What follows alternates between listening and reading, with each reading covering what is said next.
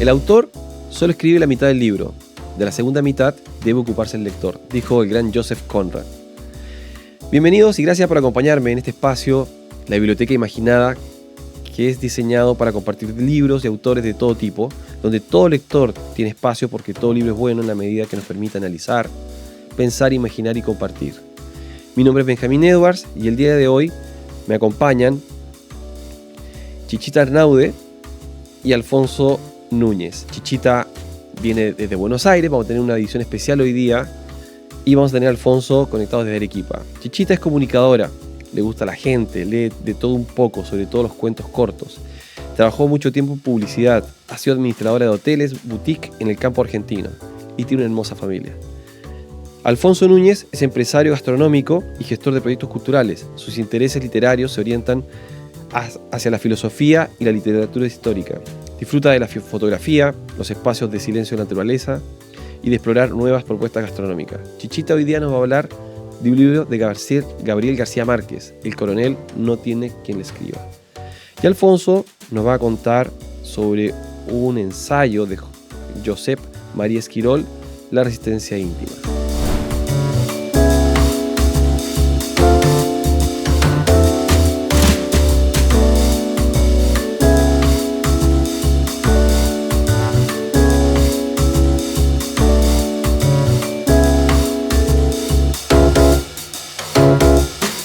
Bueno, nada, gracias. ¿Son lectores de toda la vida ustedes o no?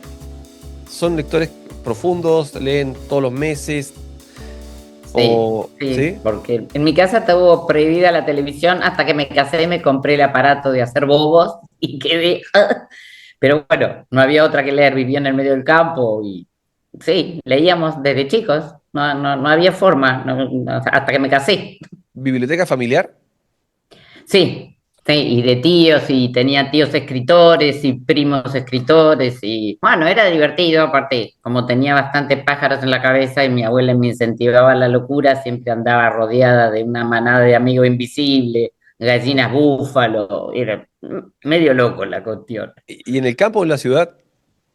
No, vivimos en el campo y en la ciudad íbamos al colegio, Ah, sí. Pero en el campo, bueno, hacíamos de todo un poco. El colegio en el pueblo era un pueblito chiquito que nos conocíamos todos. Era la única escuela que había, la escuela número 1, donde ahí íbamos todos. El hijo del médico, el intendente, el chatarrero, cualquiera. Todos iguales, vestidos iguales, todo con la misma cartuchera. Era bacana, a mí me divertía. ¿te gustaba? Todas las sangres juntas. Mm. Pero Bueno, bueno, ¿y tú, Alfonso, también es familiar o es más tuyo el gusto por la lectura? lo mío empezó por mi papá, me acuerdo de chico, siempre me hacía leer las editoriales, o sea, de muy pequeño. Entonces era la editorial del periódico, y al inicio a mí no me gustaba, en el tiempo era como que se hizo costumbre. Y a partir de la pandemia ya no tengo televisores, y entonces cuando estoy en la casa, mi espacio es este, está lleno de libros por acá, por allá, y he ido cambiando también, ¿no? Un poco de pasado de ficción, ya la ficción no me llama tanto, a literatura histórica. Hoy en día estoy recuperando un poco el tiempo de no haber leído autores arequipeños, ¿no? Entonces, viendo un poco qué es lo que pasa en nuestra ciudad, ¿no? Y cómo ha ido evolucionando, ¿no? No perder esa identidad. Y me contaste que tenías un autor arequipeño para presentar y lo cambiaste. ¿Lo cambiaste por un motivo temático? ¿Porque querías revisar otra? ¿Cuál fue el motivo? Tuve muchas... Pasa de que Diego Molina, un buen amigo mío, escribió un libro que se llama Fascinación, ¿no? Y es un poco sobre su vida, ¿no? Es un libro interesante, lo leí muy rápido, realmente lo leí en 3 días y dije, este libro tengo que presentar. Más aún vino a presentarlo a Arequipa, nos tomamos unos whiskies, le pregunté sobre el libro y fue interesante porque tuve toda la profundidad del autor, ¿no? Entonces, y hasta la semana pasada ha sido el libro más vendido en Perú, así que había conectado bastante con el libro. Pero vengo todo el año reflexionando sobre un ensayo filosófico de Esquirol que se llama La resistencia íntima, que es el libro que voy a presentar. Entonces dije, bueno, ¿qué es más importante, lo de mi amigo o lo que me ha servido para reflexionar sobre la empresa, mi familia? Siempre estoy con esa filosofía un poco dándole, ¿no? Entonces dije, no, ya bueno, ya pasaré mi amigo por una segunda ocasión. Vamos a tener harta oportunidades, porque vamos a abrir varias sesiones ahí en el club. Así que Genial. lo presentarás, tendrás oportunidad de presentarlo de todas maneras. Chichita, tú, una de las cosas divertidas que tenías, que nos contabas cuando nos juntamos en las sesiones del club, es que tú tienes bastante cercano, incluso geográficamente, algunos escritores. Piglia puede ser. No, mira, el que conocí primero, que bueno, que sí, era importante, pero para mí era amigo de un tío abuelo mío, era Borges. Yo tendría 8 o 10 años y Borges hablaba, yo no le daba ni 5 bolillas, me parecía el amigo de mi tío.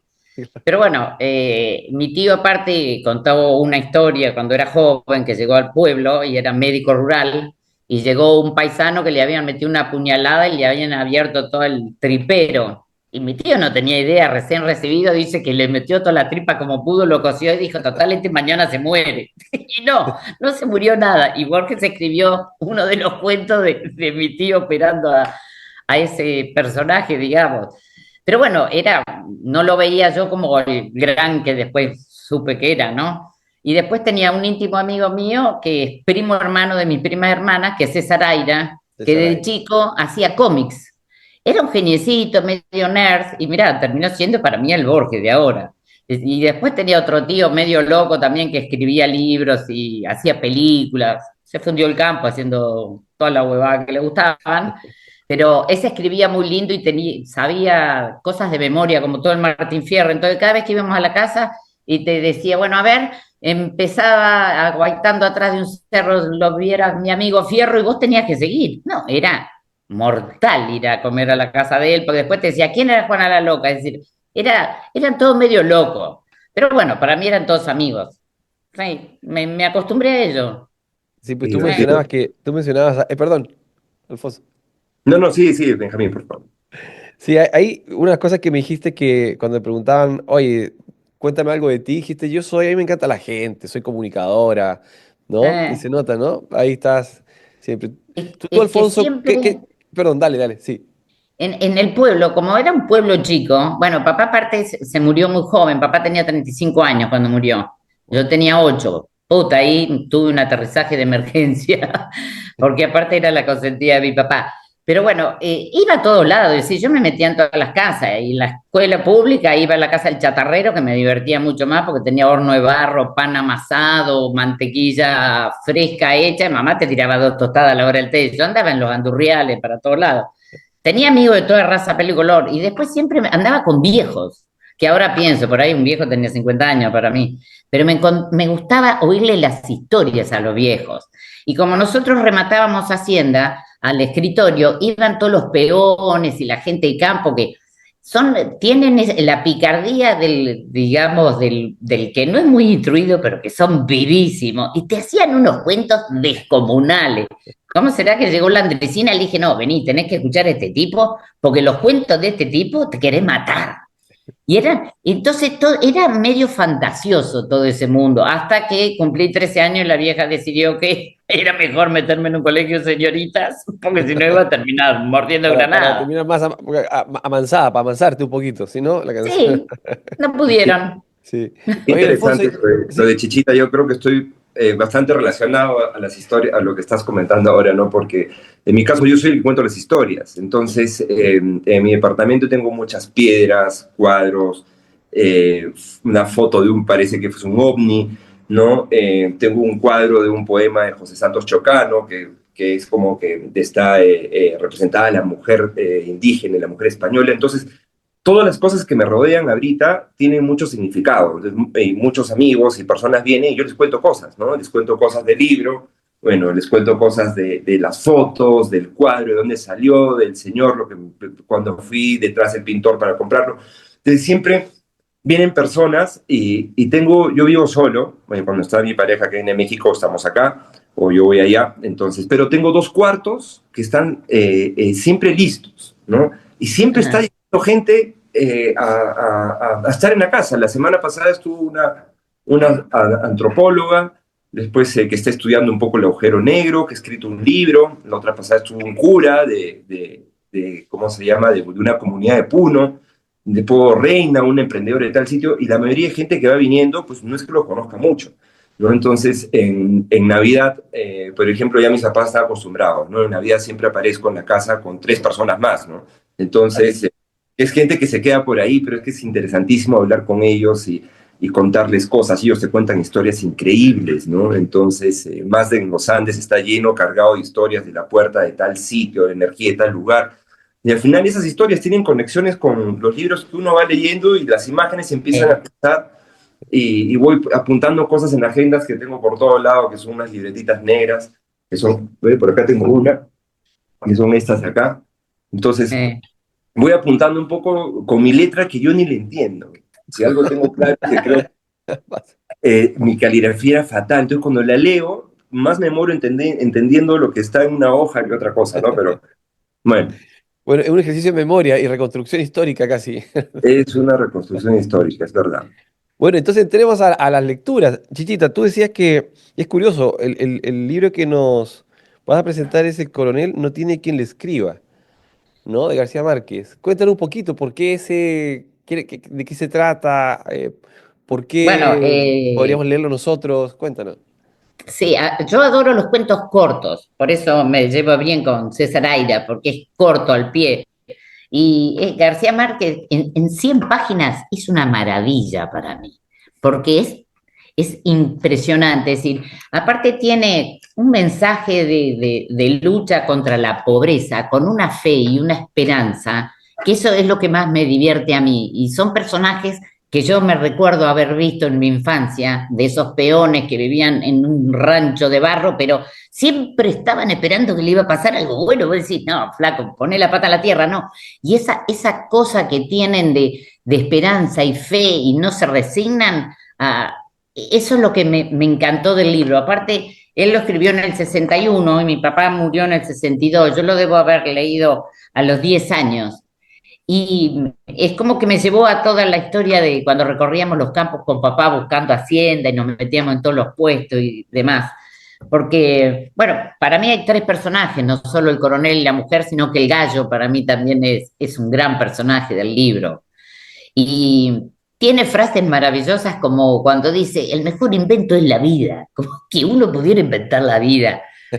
Y bueno, la diferencia del coronel, que es muy, digamos, muy esperanzador y está 15 años esperando que le llegue la pensión del Estado, eso es muy, muy argento. Es decir, acá en la Argentina la cuestión social, el Estado ha descuidado mucho a la gente. Y cuando lo leí me acordaba que los peones siempre decían, no, el estatuto del peón que nos dio Perón, y yo decía, si papá lo escucha le da un ataque, papá antiperonista. Y tienen esa cosa de resiliencia y de que ya va a llegar, y está 15 años esperando, mirando el correo a ver si llega la carta, y el tipo sigue para adelante y no se resigna. Y después que tiene a la mujer, que la mujer, bueno, es mucho más realista, asmática, con las patas en la tierra, bien, que quiere vender el gallo ese, que le rompe los quinotos, que aparte el gallo es del hijo muerto, o sea que también representa al hijo y la esperanza de un futuro mejor, porque si el gallo pelea y saca buena guita, se salvan. Y ahí es el conflicto entre los dos, vende el gallo, no vende el gallo, bueno. Aparte, lo que García Márquez explica, ese calor y ese frío en esos ranchos y durmiendo en las hamacas, eso, aunque esté lejísimo Colombia, también pasa acá. Es decir, yo he visto esos ranchos en el litoral, que es un agobio de humedad, y ese clima que marca acá García Márquez, para mí da paso a lo que es después Macondo. Es como que acá perfiló y arrancó después y termina con Macondo. Y son 100 páginas. ¿Cómo se puede escribir una maravilla en 100 páginas? Para mí es divino. Y después, bueno, está el gallo. El gallo es la ilusión de todo, de que se van a hacer ricos. Va, no ricos, pero bueno, que van a comer. Y lo que más me gustó es el final. Porque yo adoro los finales cortos y al pie. Cuando la mujer le dice, ¿qué vamos a morfar? Mierda. Esa palabra es tan genial y tan usada en todo lado. Mierda, la dignidad de somos pobres, vamos a comer mierda. Y lo da sentado y no resigna nada, ni la ilusión, ni el gallo, ni nada. Me encantó. La verdad que cada tanto lo leo y tengo ahora un nieto de 7 años que lee bastante y vino el otro día a pasar unos días y le digo, mira, léelo porque te va a gustar, porque lo va a entender. Y sí lo entienden. Lo entiende cualquiera el libro. Es Sí, decir, haber leído ese libro también, y muy bonito, ¿no? Y fuera que cuando estás leyendo, yo pienso que te sitúa dentro Sí. del sitio, de la cabaña, Hasta ¿no? tenés calor y hasta la humedad No, sentís, la sí, mojado. puedes hasta oler probablemente el gallo, ¿no? Cuando el Sí, gallo caga, el gallo sí, es como que ese olor es bien cítrico, ¿no? Bien fuerte. Entonces, sí. te inmerse ahí, en ese espacio. Lindo libro. Sí, Y esa capacidad lindísimo. que Yo se tiene, lo recomiendo, sobre todo a los chicos, chicos que empiezan a leer, porque estoy segura que no se lo olvidan nunca más. Yo no me lo olvidé más. Y ya tengo 72 años, lo leí a los 10, está bien. No me ha dado el Alzheimer todavía, pero bueno, voy a seguir andando. Pero sí, sí, lo quiero mucho el libro. y García Márquez es un escritor muy sensorial, ¿no? O sea, Sí, cuando lea Crónicas de una muerte anunciada, que también tiene sí. 70, 80 páginas, es un policial maravilloso, que Eh, comienza con spoiler de ya sabes cómo termina, pero quieres eh, saber qué es lo que está pasando, y te cuenta, y tú estás viviendo, y estás viviendo lo que está pasando ahí, ¿no? García Sí, Márquez tiene eso tan maravilloso. sin duda, ¿no? Sí, tan maravilloso. sí. Bueno, por algo es premio Nobel. Sí, pues, sí, pues. Ujú. Lindo, ¿ah? Aparte, esa idea de la espera, la esperanza que tiene este libro, ¿no? O sea, vivir sobre una Sí. esperanza, sobre una ola que de repente va a reventar y nadie sabe para dónde, ¿no? Hasta que remata mal, revienta en la orilla, no revienta en el mar, digamos. Para mí revienta bien. Yo tenía miedo que le llegue la pensión del ejército. No Bueno, quería. No, no, dije, total, si el ejército te Claro. caga, el Estado te caga siempre, así que mejor darle al gallo. Y él se queda con el gallo. es verdad, es verdad, es verdad. Oye, Alfonso, y tu libro estaba en otra orilla. Comentaste hace un ratito que te había ayudado mucho para poder llevar o sobrellevar, digamos, lo que te está pasando en lo personal, ¿no? Tanto en chamba como en estas exploraciones infinitas que tienes tú, tanto en términos de iniciativas de trabajo, pero también personales, ¿no? Tengo entendido que haces paseos nocturnos para ver estrellas, ahí con nuestra buena amiga Laura y con más gente. Y ¿cómo te ayudó este libro? Cuéntame de qué se trata y cómo te ayudó. Eh, a ver, este libro empieza, es una reflexión, es un libro, es un ensayo filosófico de Esquirol, que es un filósofo que es profesor en una universidad de Barcelona. Entonces, él reflexiona un poco sobre la época donde vivimos y la cual somos conscientes, lo sabemos, ¿no? O sea, habla mucho sobre el tema de esa falta, ese cansancio que tenemos actualmente, esa hiperproductividad, ¿no? Esa vida rápida. Eh, pero que por dentro nos desgarra. ¿No? O sea, no sabemos qué nos está atacando, pero por dentro nos vamos como que desgarrando de nuestra vida, de nuestra existencia, de nuestro entorno, ¿no? Entonces, no es un libro que te habla de cómo cambiar el mundo, es un libro que te ayuda a reflexionar sobre no perderte en este mundo, ¿no? Entonces, y ahí es que centra un poco su filosofía Esquirol y le pone la resistencia íntima, ¿no? Entonces, Esquirol es el segundo libro que leo de él, y él escribe mucho sobre lo cotidiano, sobre las cosas que pasan el día a día. No hace una escritura difícil, sí cita a diferentes filósofos, pero siempre está contando un poco las historias, ¿no? Entonces es una lectura bien fácil, es bien fácil de leer.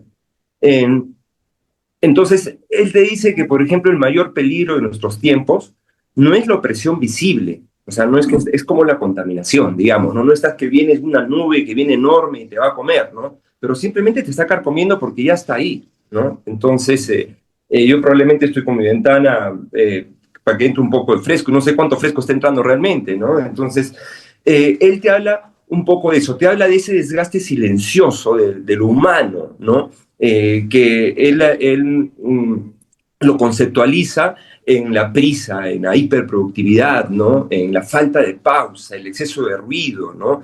En la expansión continua de querer alcanzar y lograr todo, ¿no?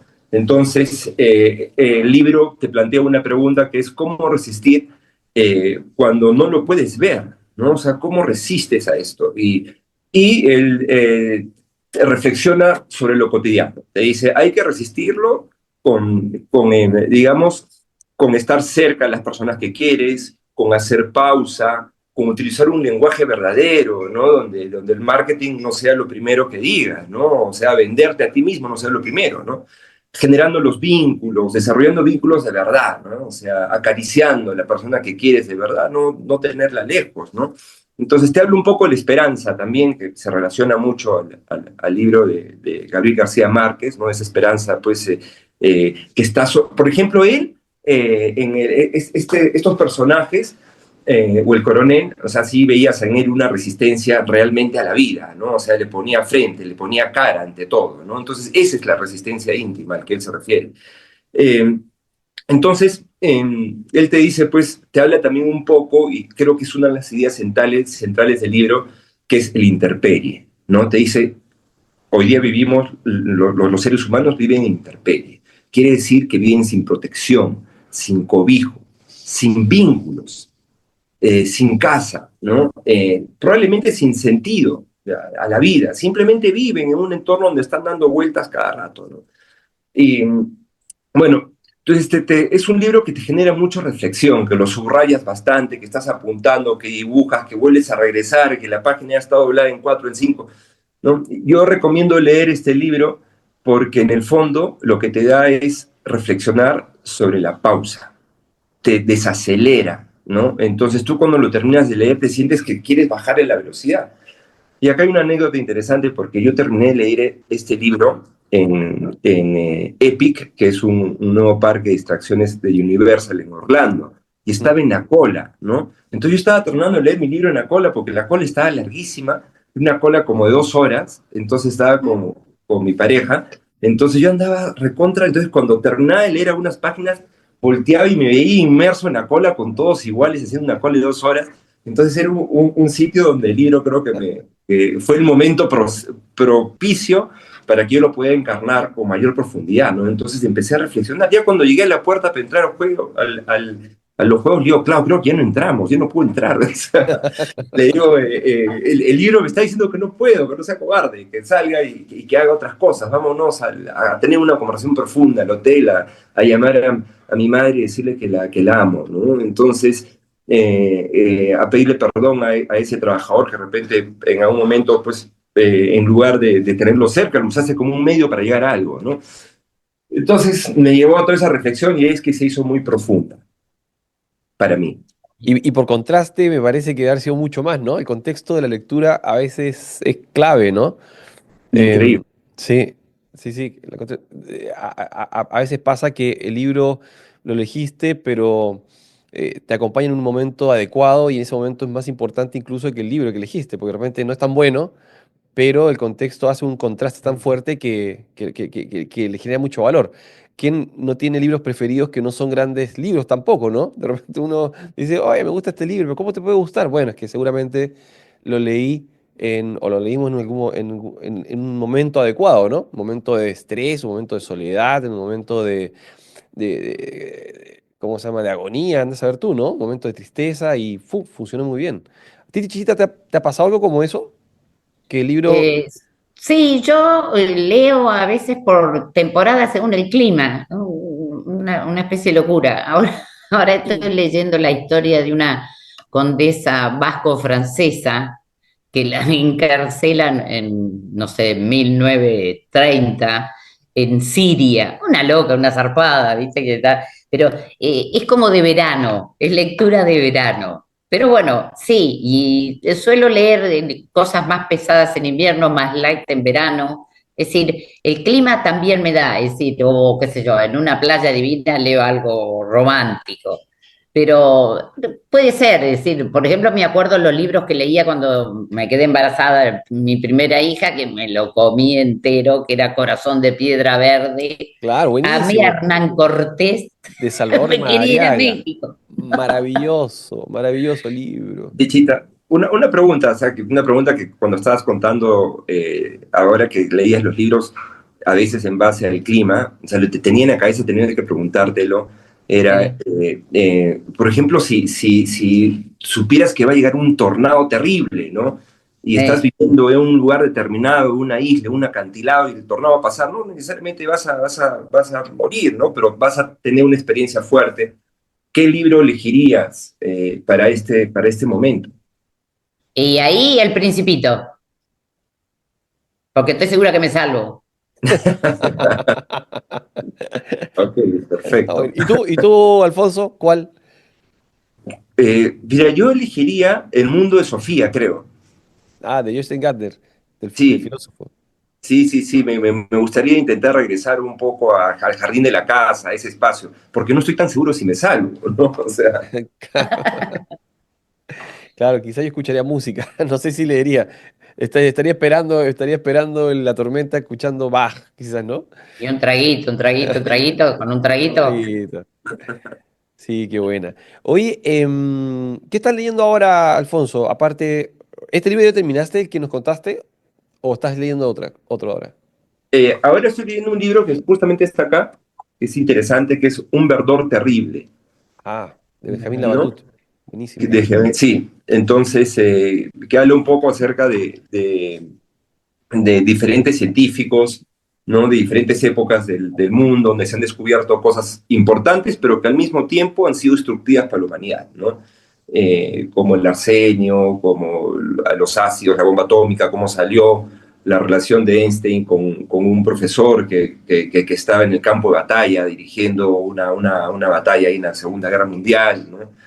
Y le manda un poco la conjetura o le manda una reflexión con el cual él termina desarrollando la teoría de la relatividad. Entonces, cosas por así. Interesante. Sí. Tú, Chichita, ya nos contaste. ¿Tienes algún Sí, otro sí, sí, en... la esclava esta, la secuestrada en Arabia.